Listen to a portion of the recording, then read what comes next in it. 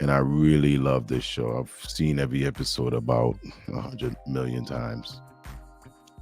So let's check it out and see what they're talking about, because it's dealing with a lot of things that we're seeing today that's coming true.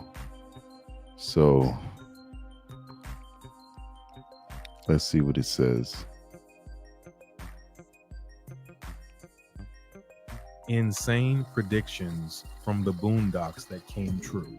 Boondocks is brilliant, funny, and remarkably insightful when it comes to depicting politics and problems within the Black community. Obama, of course, is as polarizing as he is transparent. This was one of my favorite Some have episodes. I accused love this Obama of being a episode. socialist. Others believe that he's a Muslim. Some have gone as far as to label him the Antichrist. It's insane how the Boondocks have predicted things without trying too hard, from things like celebrity drama to the coronavirus. Honestly, it may as well be on the same level as The Simpsons and Family Guy. One thing is for sure. The Boondocks showed us many events that happened in real life, and none of us saw them coming. These people are are starting off in this list Hollywood. with They know what's going number on. 1, Usher and Keke Palmer. It's Usher. funny how the Boondocks saw this one coming. Yep. Usher has always been a charmer. He has a pretty good track record of breaking That's up Usher. relationships. But one of his recent dramas went viral when he shared a moment with Keke Palmer. She melted instantly. Ruined her The life. pair danced together at one of his residency concerts in Las Vegas. I shouldn't say that. Mind you, Palmer Ruined already her has a image a little baby with bit. Darius Jackson. When the video got posted on social media, her baby daddy publicly criticized her for the outfit she was wearing. He commented, "It's the outfit though. You a mom." In February, Palmer gave You a birth to their mom. son Leo. The two posted their journey on Instagram for the world to see. So it makes sense that Jackson would be hurt by the whole thing. Who wouldn't? But Jackson received a lot of backlash for the way he reacted. Fans hated said her. that Palmer was always dressing like that and acting like that. So this wasn't new to her. Besides, they are celebrities. And in the entertainment industry, they always support one another. It's all part of the show. The fans explained that Keke was allowed to go out and wear whatever she wanted and get serenaded by Usher without being publicly shamed. He could have kept his opinion. Wow, it's almost like the fans are running these people's lives now. They don't have ownership or don't take ownership for anything they actually do. Oh, the fans wanted her to do it, so that's why she did it. Yeah, okay. Private instead of letting the whole world know. They said he had no respect for the woman's autonomy, claiming that Jackson shamed his baby mama in a bitter attempt to try and control her, mainly because he wasn't mad about that dress, but the chemistry the two shared. But Jackson didn't back down. In a follow-up tweet, which was deleted later, he posted, "We live in a generation where a man of the family doesn't want the wife and mother to his kids to showcase booty cheeks to please others, and he gets told how much of a hater he is. This is my family and That's my true, ladies. representation. I have standards and morals to what I believe. I rest my case." After Always the dress drama nice blew and up, look presentable. Palmer decided to tell her side of the story. She explained how being a mother changed everything about the way she viewed herself and her body. She said that before she gave birth, she was extremely self-conscious. After that, she was a lot more confident in her own skin and felt more powerful than ever before. Well, the Boondocks predicted it before it was popular. The funny thing is, We always knew the this Usher about us. story actually happened to one of the producers on the show. His name is Carl Jones. He and his wife at the time went to celebrate season 2. Some No. of the other members of the no. Boondocks crew were also there, including Aaron and his girlfriend. He got They him all too. went out to grab something to eat at a fancy restaurant. Everything was going well until they started talking about the R. Kelly episode. Jones' wife at the time wasn't happy with it, didn't like it at all. So he said she was in a bad mood the whole time Usher they were strikes there. again. That's until Usher came inside the restaurant and sat down behind them. Her whole mood changed. Suddenly, she started eating the food, loving the energy, and having a fabulous time. Loving it. She did everything she could to get his attention. She even went to his table and started introducing everyone from the crew. She failed to mention that We all she got was that one married, coworker. of course. Well, Usher still has his way with the ladies, but Boondocks predicted a lot more than that. Coming up next is number 2, the chicken addiction. That Usher stuff is real because we've been saying that for years. Like he'll steal your girl and it'll be like, yo, but that's Usher. Like, what'd you expect? turning deadly. Chicken? You mean I ain't gonna be able to get that bucket? How can they be out of chicken? It's Colonel's fried chicken. This is outrageous. This is an outrage. This episode Hello, was insane too. 911. We ran out of chicken. How could you be out of chicken the day you unveiled the new chicken? In the Boondocks episode, The Fried Chicken Flu from season 3, we can see many people losing their minds over fried chicken. Everyone wants to try the latest KFC special, a type of chicken with 13 spices. Granddad, Robert, and Riley go to the KFC to try the chicken. They wait hours in line only to find out that the place has run out of chicken. This causes a complete mayhem. Riley calls 911, people are screaming, and a man takes his car and drives straight into the windows. The employees run for their lives.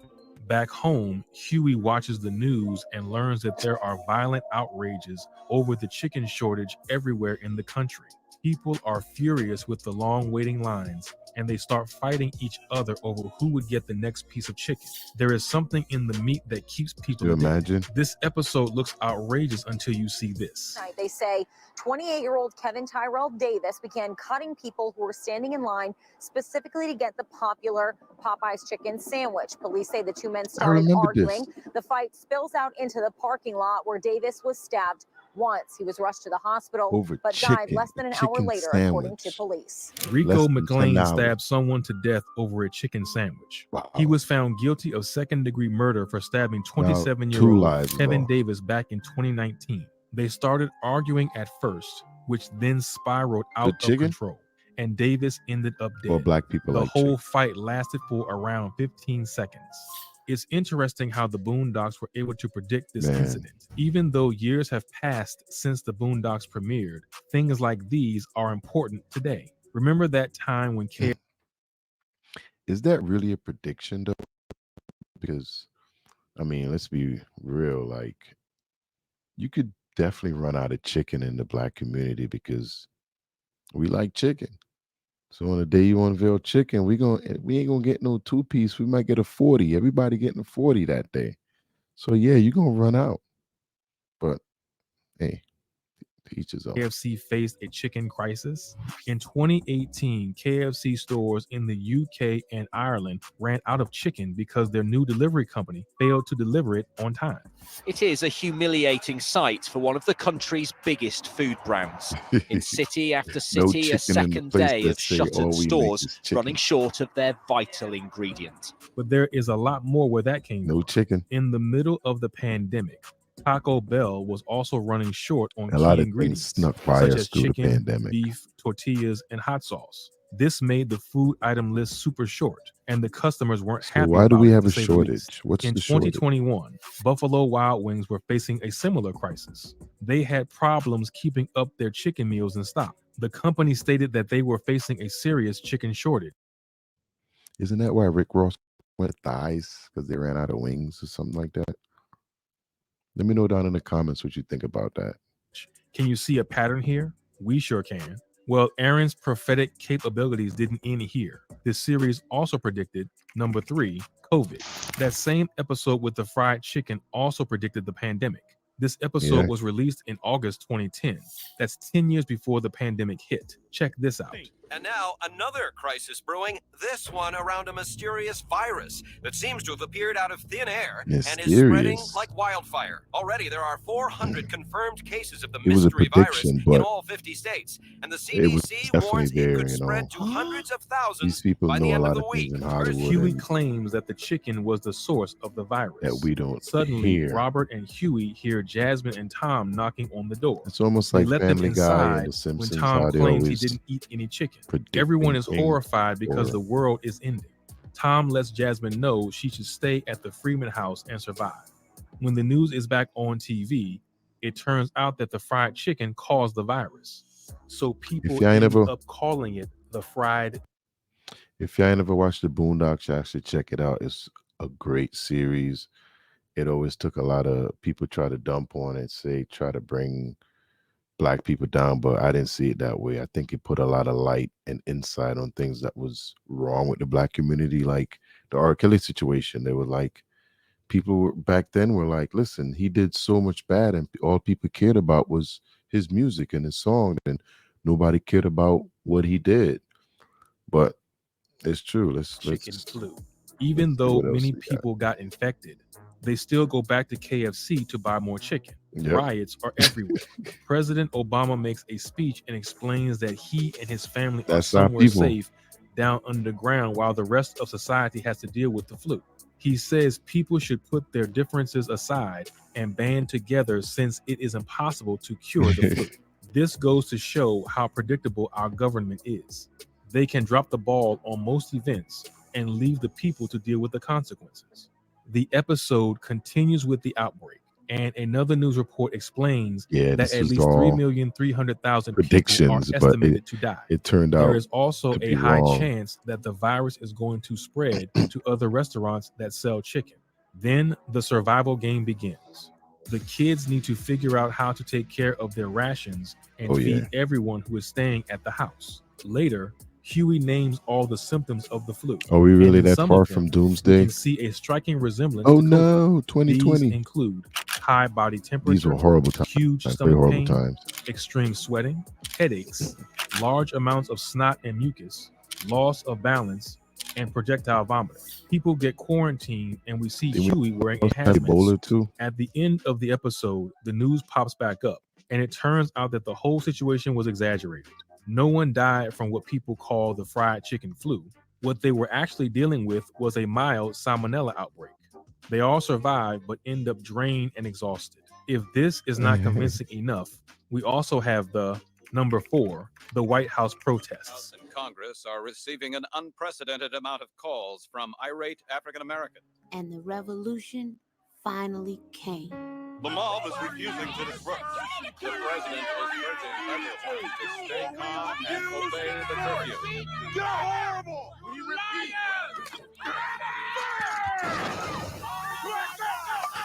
It would seem somewhat predictable and obvious Wow. that Black Lives Matter movements would protest right next to the White House. Forgot about that episode. But if you take a closer look at the Return of the King episode, which aired in Yep. 2006, you can see a perfect symmetry.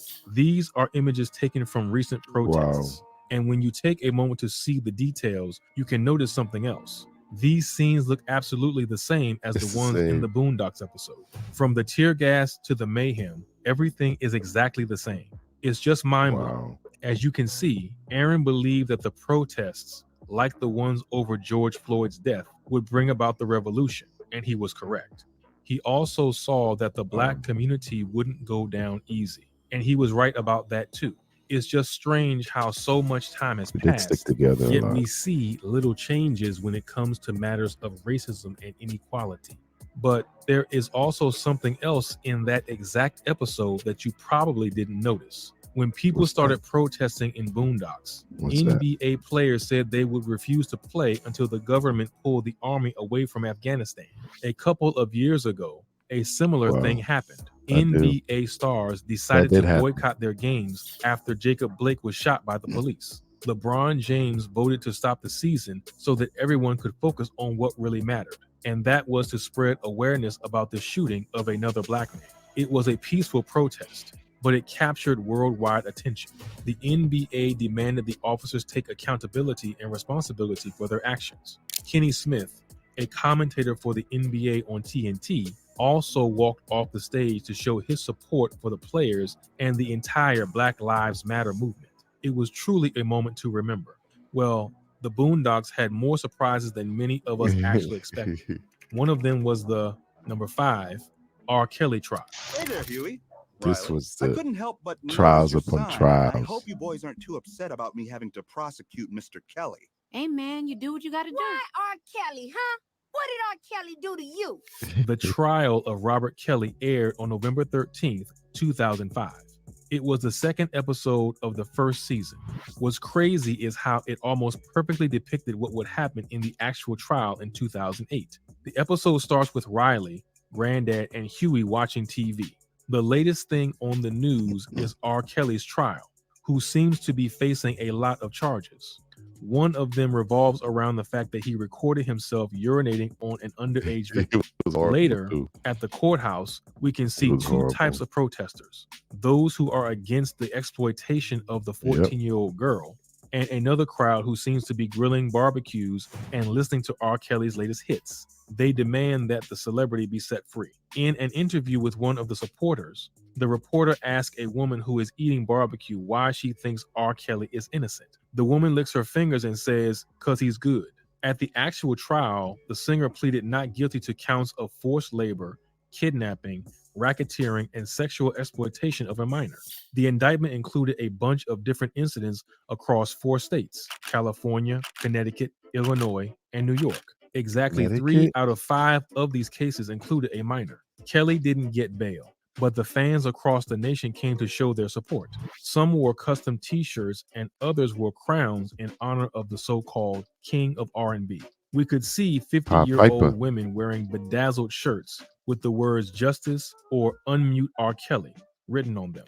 Another one of the supporters told the news that if she got the chance to sleep with Kelly when she was much younger, she would gladly do so. She said that the singer is a good-looking man and has excellent sex appeal.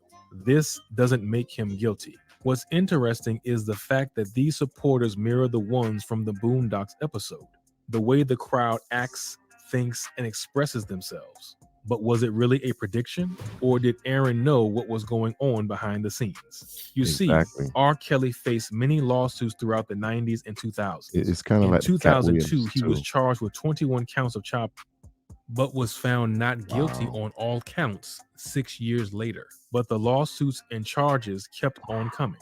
More and more people started coming out and sharing their stories. This is why we know so much about him, especially about the sex scandals. Many news articles were written about it, and it had massive media attention. Eventually, he got a 20-year prison sentence for child charges in a federal court in Chicago. But 19 years of this new sentence will be served at the same time as a previous 30-year sentence he received for other charges. So in other words, he will spend a total of 30 years in prison. Then we got number 6, the chair throw. Now here is something you don't see every day. The Boondocks were onto something with this one. In episode 4, season 1, we can see Riley throwing a folding chair. One of the funniest But this is not episodes. some random incident. Throwing that chair causes a massive riot. A riot that's a spitting image of the Montgomery Riverfront Brawl. The episode was released in 2005, while the Alabama Brawl happened on August 5th, 2023. The real-life incident started when a worker was trying to do his job. He was supposed to clear the dock so that the Harriet II riverboat could dock.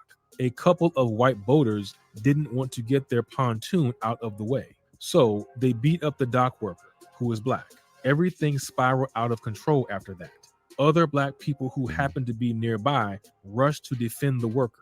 One of them swam all the way to the other side. People called him the Black Aquaman. In the middle of all that mess, That was crazy. That was a guy crazy. takes a chair and starts beating the white people. This exact folding chair was became the horrible. symbol of resistance. It indicates the racial tensions that still exist in Alabama. Reggie Ray, the man who used the chair as a weapon, became a viral sensation. Millions of people saw the fight online, and the whole thing sparked a ton of jokes and memes. Now, to understand its impact, we need to take a look at the history of Montgomery.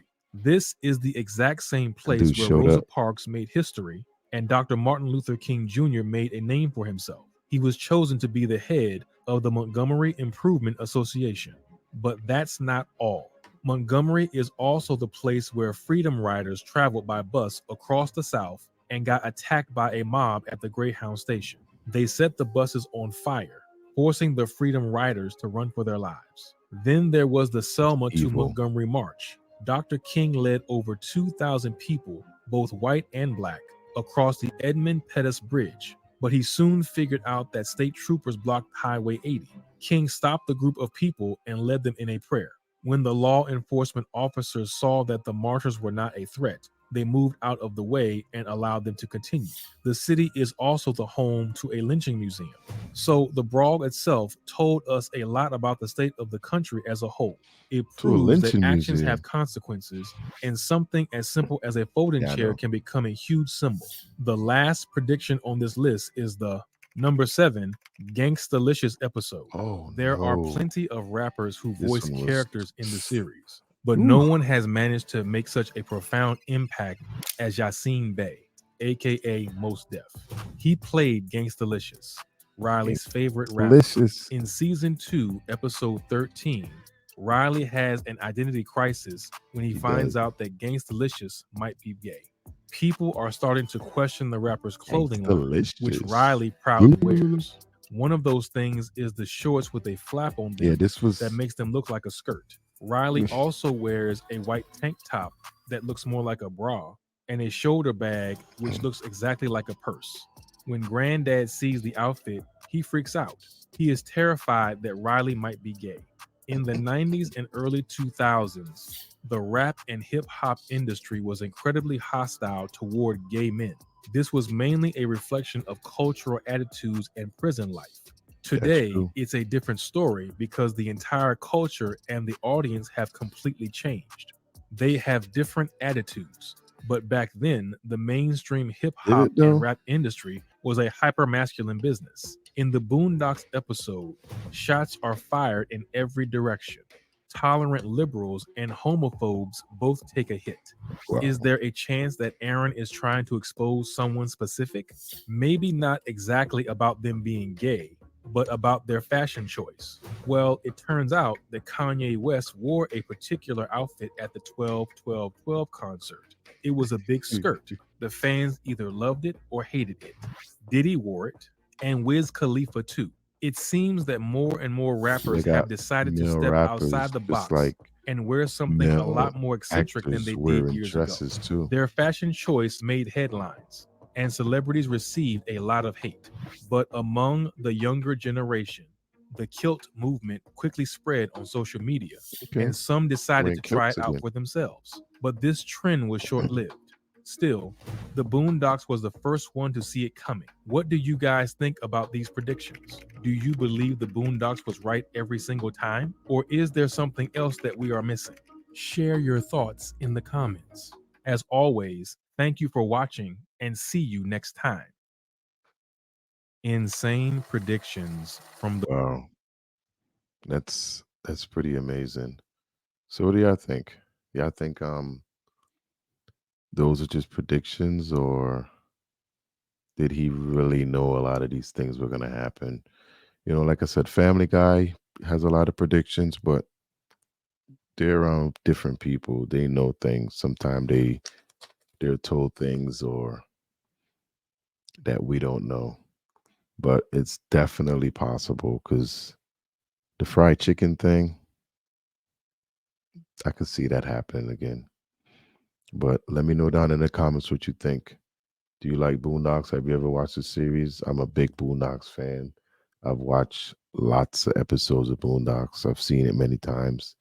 It's definitely a fun show to check out. It's edgy, but it tackles all the black situations head on, I think. But let me know what you think. Y'all have a good day. Peace.